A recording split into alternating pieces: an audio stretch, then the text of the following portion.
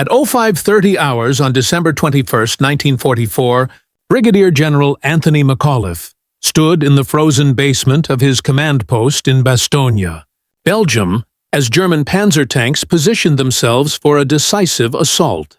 McAuliffe, a 46-year-old West Point graduate and artilleryman from Washington, D.C., had unexpectedly found himself in command of all Allied forces in Bastogne after Major General Maxwell Taylor's absence.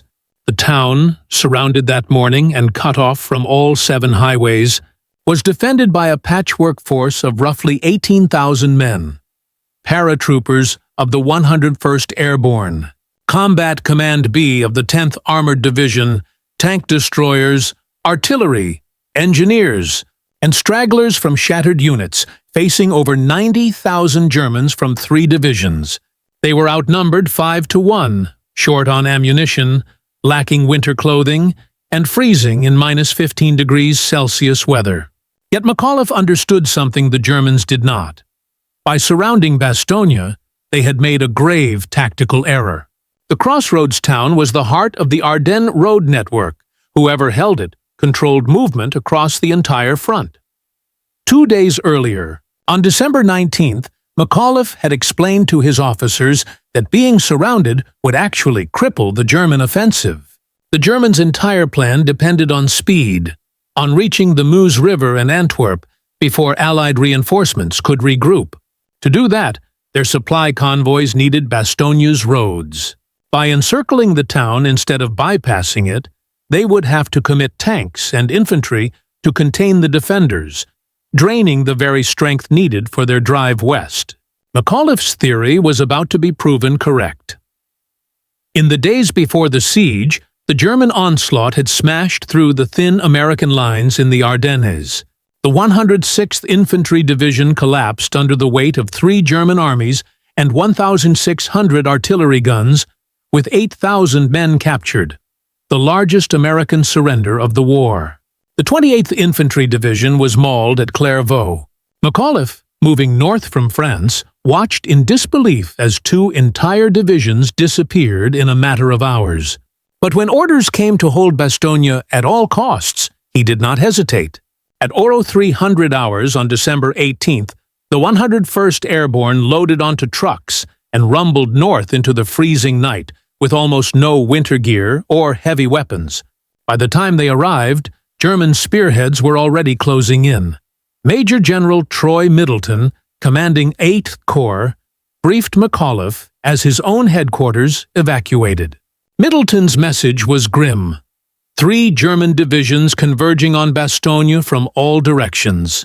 Yet his final words stuck with McAuliffe. "Don't worry about getting surrounded. If they surround you, you'll have them right where you want them." That statement, which seemed like hollow optimism, soon revealed its truth. By the evening of December 19th, McAuliffe gathered his regimental commanders in a cold, dimly lit cellar. He spread a map of Bastogne on a table and outlined the plan. The 7 roads through the town made it the linchpin of the entire German offensive. "They can't move armor through these woods," McAuliffe explained. "They need the roads, and all roads lead here. When they surround us, they'll have to stay here. And that's when we'll bleed them dry." His commanders understood. Bastogne would not just hold, it would become the trap.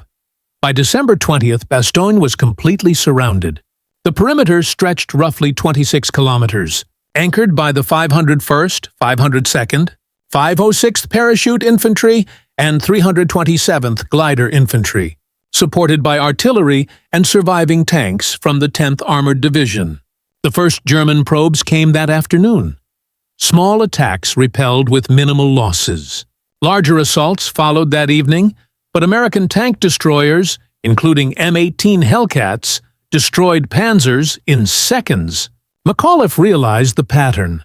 The Germans could only attack along roads into pre-sighted kill zones. Every time they advanced, they died in predictable places. As the siege tightened, conditions worsened. Ammunition was rationed to 10 shells per gun per day. Food ran out. Men scavenged clothing from the dead. The medical companies had been overrun. leaving surgeons with no morphine or plasma. Then, on December 22nd, 4 German officers approached under a white flag. They carried a formal demand for surrender, promising honorable treatment. McAuliffe read the message and, smiling, said one word: "Nuts." His staff laughed. The typed reply, simply "nuts," was returned to the Germans, whose confusion turned to fury when told it meant "go to hell." The next day, the weather cleared.